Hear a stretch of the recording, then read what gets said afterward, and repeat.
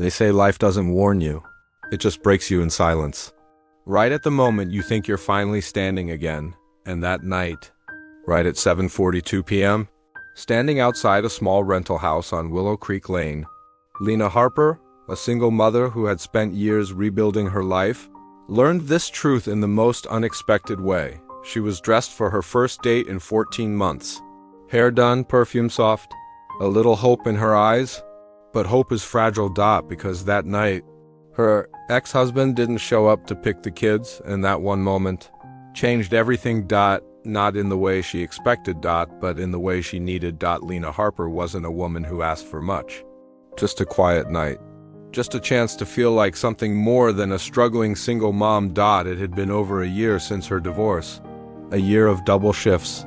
A year of late-night tears over bills. A year of hiding her pain so her kids, Ellie, 6, and Max, 9, could feel safe. And tonight she finally said yes to someone. Ryan Matthews. A quiet, gentle-faced guy she had met through a coworker. He had suggested a small dinner at his place. Nothing fancy, he said. Just good food and maybe a little peace. Lena needed peace more than anything. At 7:30 p.m., she slipped into a simple blue dress. She put her hair in soft waves. She looked in the mirror and whispered, "You can do this. One night for yourself." Her kids were excited too. Max teased, "Mom's going on a date."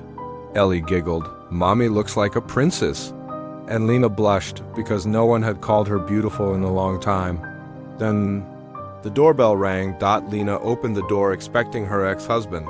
He was supposed to take the kids for the night, but instead of greeting her, he just sighed a long, selfish sigh. "Yeah, so I can't take them tonight." Lena's smile disappeared. "What?" "Evan, you promised." He shrugged. "Something came up. Handle it. You're good at that." And he walked away, just like that, leaving her standing there, in a blue dress she hadn't worn in years. Heart sinking. Kids behind her confused. Max whispered, "Mom, are we still going?" Lena swallowed her heartbreak. There are moments in life when you don't cry because you're weak. You cry because you've been strong for too long. This was one of those moments. She knelt in front of her kids, whispered, "It's okay," even though nothing was okay. Then she texted Ryan, "I'm so sorry. I can't make it." Something happened. And that's when everything changed, because Ryan replied in seconds, "I'm outside." Lena didn't expect him to show up. She didn't expect anything, but when she opened the door, Ryan stood there with a soft smile, with calm eyes, with a warmth that felt like safety. He looked at her kids, looked at her tear-filled eyes, and said gently, "If you're okay with it, let's make dinner for 4 instead of 2. Lena froze. No man had ever handled her chaos with kindness. She stuttered, "Ryan, I can't ask you to." He shook his head. "You didn't ask. I offered." And for the first time in years, Lena felt seen, not judged, not pitied, just understood. Ellie tugged Ryan's sleeve. "Do you have mac and cheese?" Ryan laughed. "I have 3 different kinds." Max grinned. "You're already cooler than Mom's ex." Lena shot him a look. Ryan laughed harder, and just like that, the heaviness of the night shifted. Ryan's home wasn't fancy. It wasn't decorated like the magazines, but it felt warm. It felt lived in. It felt like a place where someone had healed before. He had set up a small table, 2 candles, home-cooked chicken Alfredo, and soft music. He saw Lena's embarrassed expression and said, "Don't worry. Chaos makes dinner better."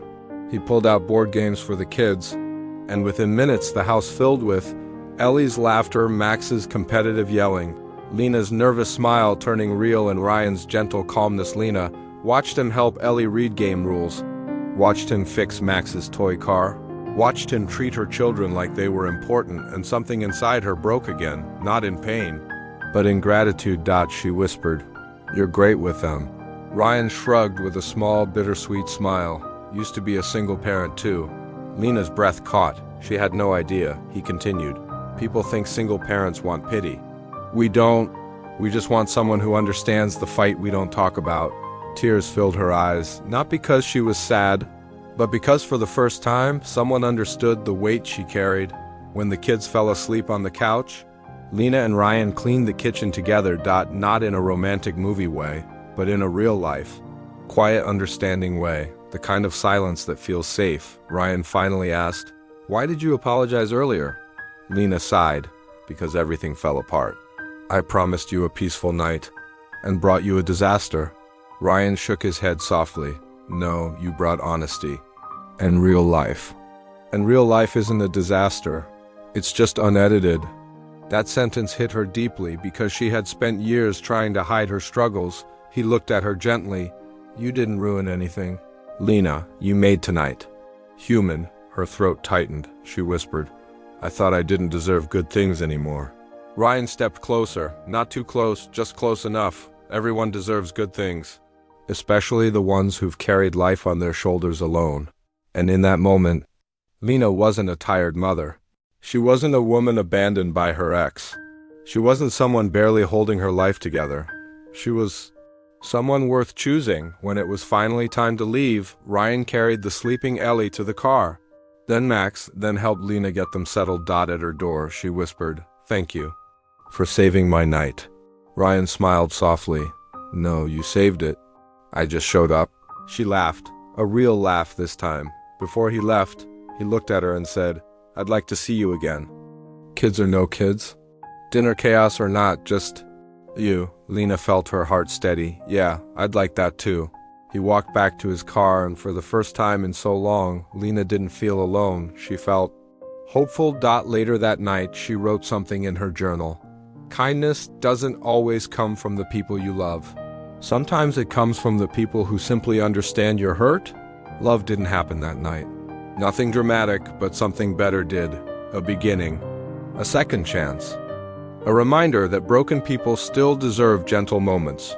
And that sometimes the nights you think are ruined become the nights that save you. Asterisk, asterisk, if this story touched you. Remember this, never judge a single parent by their chaos. Behind every tired smile is someone fighting quiet battles you never see, and sometimes your kindness might be the moment they finally breathe again.